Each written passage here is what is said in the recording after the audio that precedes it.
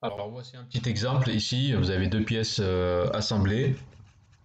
Donc la partie supérieure, donc c'est l'arbre, et la partie inférieure, l'alésage. On voit bien que c'est celle-ci, la partie inférieure qui est creuse, et c'est la partie supérieure qui rentre dedans. Donc ça c'est l'arbre.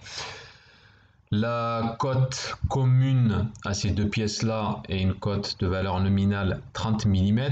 Et ensuite, vous avez donc chaque pièce a sa tolérance. Donc à ce niveau-là, au niveau des deux surfaces de contact, on va mettre une cote.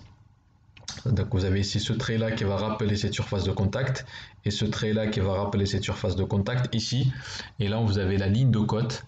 Alors on écrit ensuite ici l'ajustement entre ces deux pièces. D'accord? On aurait pu l'écrire là, aussi entre les deux. Donc là, on manque de place entre les deux traits de rappel. On l'a écrit ici à l'extérieur. D'accord? Donc on vous demande de décoder cet ajustement ici de 30 H7 G6. Donc juste après, vous avez la correction. Voilà donc la correction pour cet ajustement. Donc si vous regardez sur le tableau, en tout cas pour l'alésage d'abord, donc de cet ajustement, on va extraire les deux codes tolérancés. Celle de l'alésage, on a dit c'est 30 H7, H7, H en majuscule. Donc H7 ici pour l'alésage. Et la cote tolérance de l'arbre, ça va être diamètre 30 G6. Donc pour l'alésage, donc diamètre 30 H7.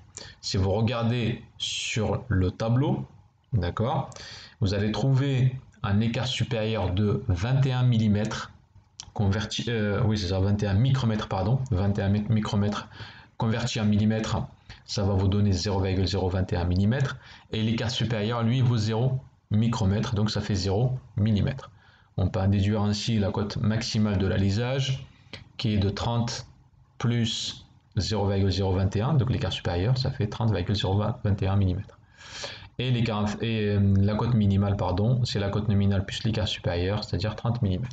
Pour l'alésage, pour l'arbre, pardon, pour l'arbre, la cote tolérance, elle, va être égale à 30 G6. Donc vous regardez également dans le tableau des écarts, et vous allez trouver un écart supérieur de 7, moins 7 micromètres, et l'écart inférieur,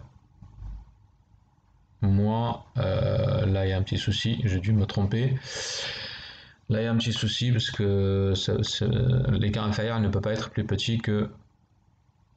si, non, j'ai rien dit. C'est tout à fait ça, parce que ça c'est plus grand que ça. Donc c'est tout à fait normal. Donc vous avez 7 micromètres, moins 7 micromètres pour l'écart supérieur et moins 20 micromètres pour l'écart inférieur. D'accord? Moins 7 micromètres pour l'écart supérieur et moins 20 micromètres pour l'écart inférieur. Donc tout ça converti en millimètres, ça vous donne ces valeurs-là. On peut calculer ensuite, on peut calculer l'arbre maxi, donc la cote maxi de l'arbre. Ça va être la cote nominale, c'est-à-dire 30, plus l'écart inférieur qui est négatif, ça va vous donner cette valeur-là. Et la cote minimale qui va être égale à la cote nominale de 30, plus l'écart inférieur qui est négatif, et ça vous donne cette valeur. Donc vous avez ici les deux cotes tolérancées, enfin les deux cotes ici de l'alésage et de l'arbre.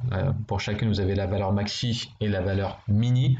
Et on peut donc en déduire le jeu, donc le jeu maxi et jeu mini. Donc le jeu maxi va être égal à l'alésage maxi moins l'arbre mini. Et on trouve ici 0,041 mm. Le jeu minimal va être égal à l'alésage mini moins arbre maxi, on trouve 0,07 mm. Donc on voit bien ici que les deux valeurs sont positives, donc supérieures à 0. Et il s'agit donc d'un ajustement avec jeu. Voilà donc pour cette partie-là du cours sur les codes tolérancés et les ajustements.